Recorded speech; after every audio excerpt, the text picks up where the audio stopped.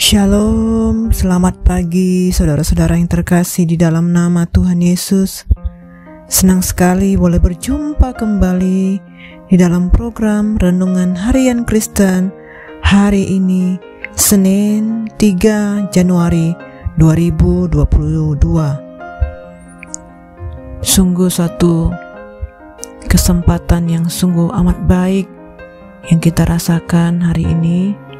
Kita boleh berjumpa kembali untuk dapat memuji Tuhan, merenungkan firman Tuhan bersama-sama. Saudara-saudara, sebelum kita masuk dalam perenungan firman Tuhan pada hari ini, mari kita satukan hati untuk berdoa. Terima kasih Bapa di surga, sungguh kami bersyukur karena anugerah-Mu kami terus masih memiliki kesempatan untuk dapat meninggikan Tuhan, menyenangkan hati Tuhan, bahkan untuk mendengarkan firman Tuhan. Pada saat ini kami rindu pengurapan-Mu turun atas kami, kasih-Mu melimpah atas kami, bahkan Engkau yang berikan hikmat kepada kami agar kami dapat mengerti seluruh kebenaran yang kami dengarkan pada hari ini. Tuhan, jamah hati kami, ubah kami di dalam Engkau, sehingga kami menjadi pribadi-pribadi yang utuh, pribadi-pribadi yang menyenangkan hati Tuhan, yang sungguh-sungguh melakukan seluruh kebenaran firman Tuhan dengan benar. Berkati kami Tuhan, dimanapun saat ini kami berada. Kami percaya Roh Kudus yang memberikan kami hati yang taat, hati yang berpengertian, yang sungguh-sungguh rindu dan mau untuk Tuhan pakai lebih lagi. Terima kasih Bapa, ini doa kami, syukur kami. Hanya di dalam nama Tuhan Yesus kami berdoa. Haleluya, amin. Nah saudara-saudara yang kasih dalam nama Yesus, judul renungan kita pada hari ini adalah Bertobatlah, yang tertulis di dalam Matius 4 ayat 12-17. Saya akan membacakannya buat saudara-saudara. Yesus tampil di Galilea, tetapi waktu Yesus mendengar bahwa Yohanes telah ditangkap, menyingkirlah ia ke Galilea. Ia meninggalkan Nazaret dan diam di Kapernaum, di tepi danau, di daerah Zebulon dan Naftali, supaya genaplah firman yang disampaikan oleh Nabi Yesaya. Tanah Zebulon dan tanah Naftali, jalan ke laut, daerah seberang sungai Yordan, Galilea, wilayah bangsa-bangsa lain. Bangsa yang diam dalam kegelapan telah melihat terang yang besar. Bagi mereka yang diam di negeri yang dinaungi maut, telah terbit terang. Sebab sejak waktu itulah Yesus memberitakan, bertobatlah sebab kerajaan surga sudah dekat. Amin.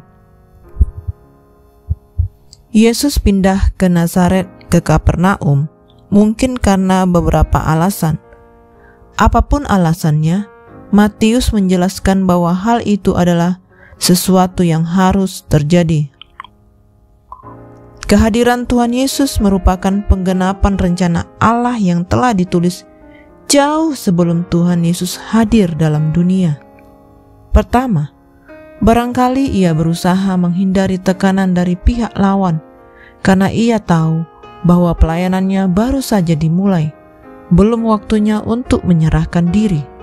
Kedua, mungkin ia ingin memberikan pengaruh yang lebih luas sebab Kapernaum dikenal sebagai kota yang banyak penduduknya.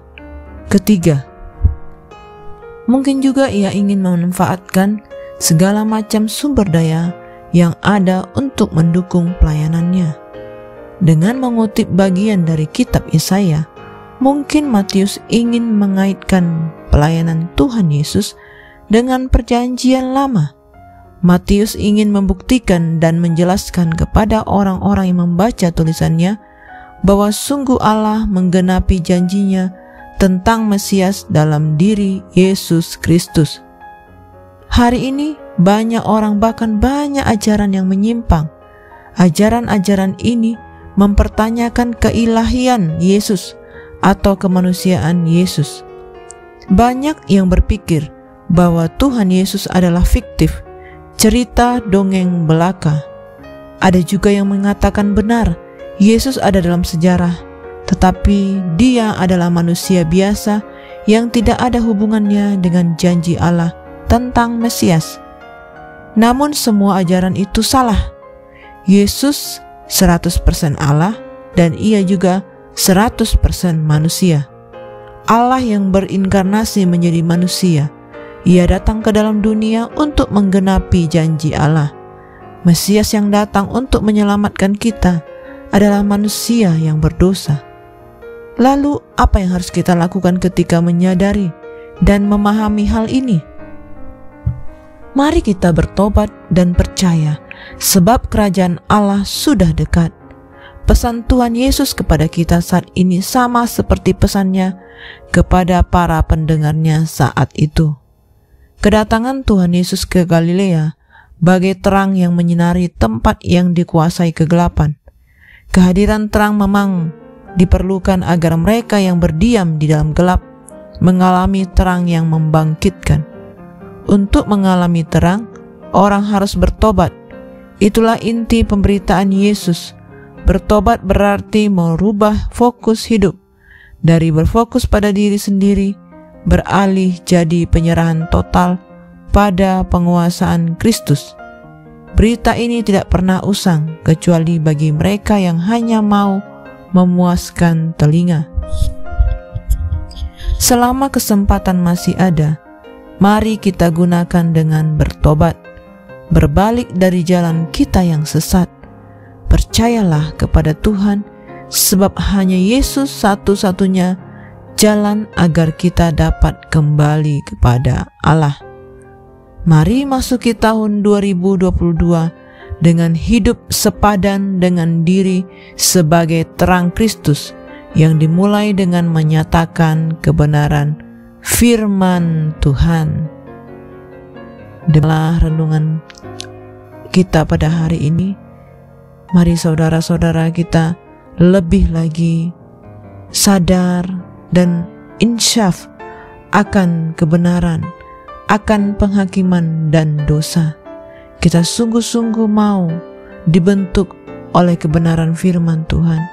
Semakin hari semakin berubah, semakin hari semakin sempurna di dalam segala penghidupan kita. Mari saudara-saudara, saya ajak kita untuk berdoa. Terima kasih Bapa yang baik, sungguh kami bersyukur atas anugerah-Mu yang besar yang Kau nyatakan dalam hidup kami. Kami memiliki satu kesempatan lagi untuk bertobat di dalam Engkau.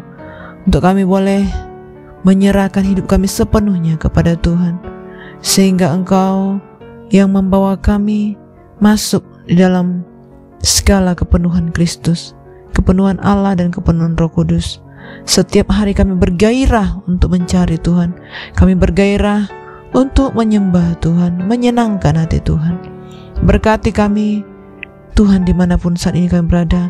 Setiap pergumulan hidup kami, Tuhan Engkau yang mendengarkan. Setiap seruan kami, Tuhan Engkau yang jawab.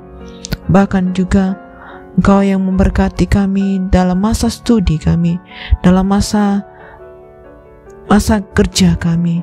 Bahkan setiap usaha-usaha kami diberkati dimanapun berada. Terima kasih Tuhan. Terima kasih Bapa. Biarlah nama-Mu yang kami tinggikan, kami agungkan senantiasa, kekal sampai selama-lamanya. Terima kasih Bapa. Hanya di dalam nama Tuhan Yesus kami berdoa. Haleluya. Amin. Selamat pagi dan semangat beraktivitas. Tuhan Yesus memberkati.